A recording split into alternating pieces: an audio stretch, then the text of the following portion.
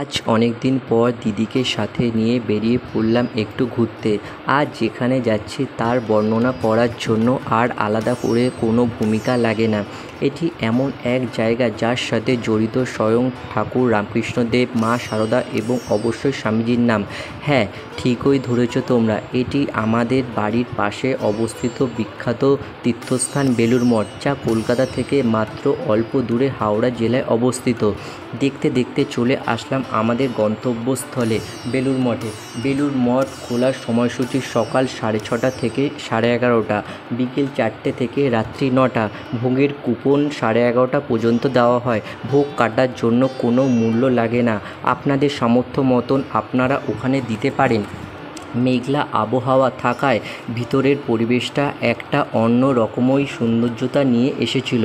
সত্যি এমন সুন্দর শান্ত পরিবেশে গেলে মনটাও খুব ভালো হয়ে যায়। হঠাৎ ওই ঝিরিঝিরি বৃষ্টি শুরু হওয়াতে পরিবেশের সৌন্দর্যের মাত্রা আরও দ্বিগুণ বৃদ্ধি পেয়েছিল। তারপর মেন গেট দিয়ে ঢুকেই প্রথমেই বাদিকে পড়ল স্বামী অধৈবতানন্দ কনভেনশন সেন্টার। বলা ভালো, গোটা চত্বরেই ছড়িয়ে ছিটিয়ে আছে এই মঠের বহু অ্যাডমিনিস্ট্রেটিভ অফিস, যার মধ্যে অন্যতম সারদানন্দ ভবন।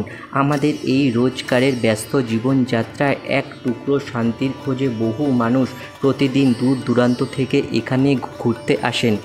এই মঠে প্রায় পুরোটাই চিরসবুজে ঢাকা, যার জন্য এর প্রাকৃতিক সৌন্দর্যতা খুব ভালো করে অনুভব করা যায়, আর এর শীতল হাওয়া মনকে আরও বেশি করে আকর্ষিত করে।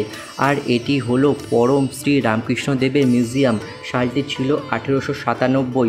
স্বামী বিবেকানন্দ এসে পৌঁছলো তার শিষ্য সমেত বরানগরে। তখন তার মাথায় চলছে রামকৃষ্ণ মিশনের প্রতিষ্ঠার কথা। তিনি বহু দেশ দেশান্তর ঘুরে বিভিন্ন স্থাপত্যের বৈশিষ্ট্যগুলি জেনেছিলেন। স্বামী বিজয়ানন্দ, যিনি রামকৃষ্ণদেবের শিষ্য তো ছিলেনই, কিন্তু তিনি পেশায় ছিলেন একজন সিভিল ইঞ্জিনিয়ার। তিনি এই মন্দিরের নকশা করেছিলেন। সমস্ত ধর্ম ও স্থাপত্যের আশ্চর্য মিশ্রণ দেখা যায় এই মন্দিরে। অবশেষে 13ই মার্চ 1929 এই বেলুড় মঠের প্রধান মন্দিরের প্রতিষ্ঠা হয় এবং তৈরি করবার ভার পড়ে মার্টিন বার্ন্ড অ্যান্ড কোম্পানির ওপর। এই কোম্পানির আরও অনেক স্থাপত্য কলকাতা এবং তার পার্শ্ববর্তী এলাকায় রয়েছে। মন্দিরের ভিতরে ফটো এবং ভিডিও করা পুরোপুরিভাবে নিষেধ। এই মন্দিরের চারিদিকেই নানান ধরনের ফুলের গাছ দিয়ে সাজানো, চারিদিকে যেন শান্তির পরিবেশ। চলে এলাম এই মন্দির সংলগ্ন এই গঙ্গার পাশে। এখানে পরিবেশটা এতটাই সুন্দর যে না দেখলে বিশ্বাসই করা যাবে না। এই জায়গাটাতে কিছুক্ষণ দাঁড়ালেই যেন সারাদিনের সব ক্লান্তি এক নিমেষে ছুটে পালায়। এবং এই গঙ্গার ঠিক পাশেই রয়েছে স্বামী বিবেকানন্দের মন্দির, যেখানে স্বামী বিবেকানন্দের নশ্বর দেহ অগ্নিতে সমর্পণ করা হয়েছিল। এই স্থানের অনুভূতিটাই আলাদা। এই জায়গাতে একটা বেল গাছও রয়েছে, যা কোনো সাধারণ বেল গাছ না। এখানে আগে আরও একটা বেল গাছ ছিল, যেখানে স্বামী বিবেকানন্দ প্রায় বসতেন। এই জায়গাটা এতটাই পছন্দ ছিল যে এখানে তাকে মৃত্যুর পর দাহ করবার ইচ্ছা প্রকাশ করেছিলেন। এখান থেকে একটু এগিয়ে গেলেই রয়েছে সমাধিপীঠ। সেখানে শ্রী রামকৃষ্ণদেবের 7 জন শিষ্যদের নশ্বর দেহ অগ্নিতে সমর্পণ করা হয়েছিল।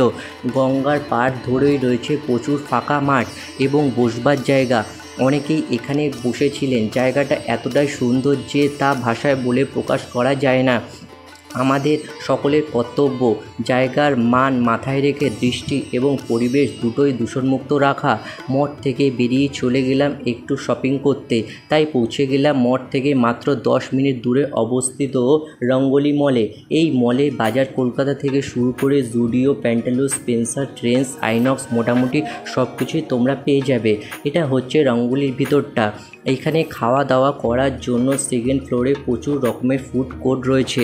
তোমরা যদি বেলুড় মঠে ঘুরতে আসো, অন টাইমে না আসলে কিন্তু তোমাদের বাইরে ওয়েট করতে হবে। বাইরে ওয়েট না করে তোমরা এখানে কিছুটা সময় কাটানোর জন্য চলে আসতেই পারো। এই মলের ভিতরটা ভীষণই সুন্দর। এখানে বাচ্চাদের জন্য খুব সুন্দর একটা ট্রেন রয়েছে, যার জন্য বাচ্চাদের এখানে নিয়ে এলে তারাও খুব সুন্দর আনন্দ পাবে।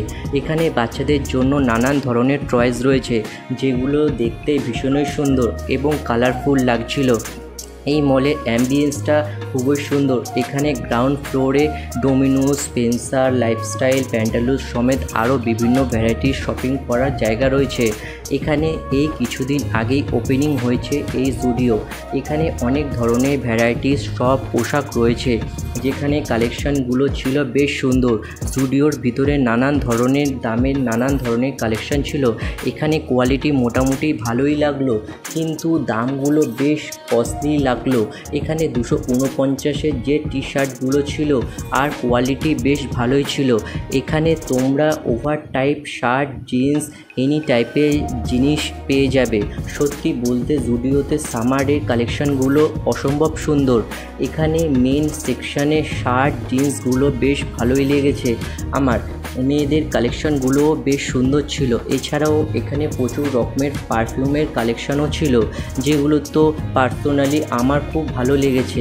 মেয়েদের জন্য মেকআপেরও অনেক নতুন নতুন কালেকশানও চোখে পড়লো আমার। পুরো জুডিও সব কালেকশানগুলো ঘুরে ঘুরে দেখে আমার বাইরে বেরিয়ে গেলাম।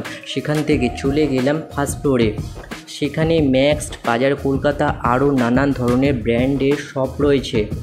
এরপর চলে গেলাম বাজার কলকাতাতে। এখানে আগেও বাজার কলকাতা একটা আউটলেট ছিল। এই কিছুদিন আগে এখানে আরও একটা আউটলেট ওপেনিং হয়েছে। এই নতুন আউটলেট জামা কাপড়ের কালেকশানগুলো ছিল জাস্ট অসাধারণ, যেখানে সব ধরনের পোশাকের জন্য জিন্স, টি শার্ট, বাচ্চাদের নানান ধরনের কালেকশানগুলো আমার বেস্ট লেগেছে। এখানে জিন্সের কোয়ালিটিও খুব ভালোই ছিল। বাচ্চাদের ড্রেসগুলো ভীষণই কালারফুল ছিল।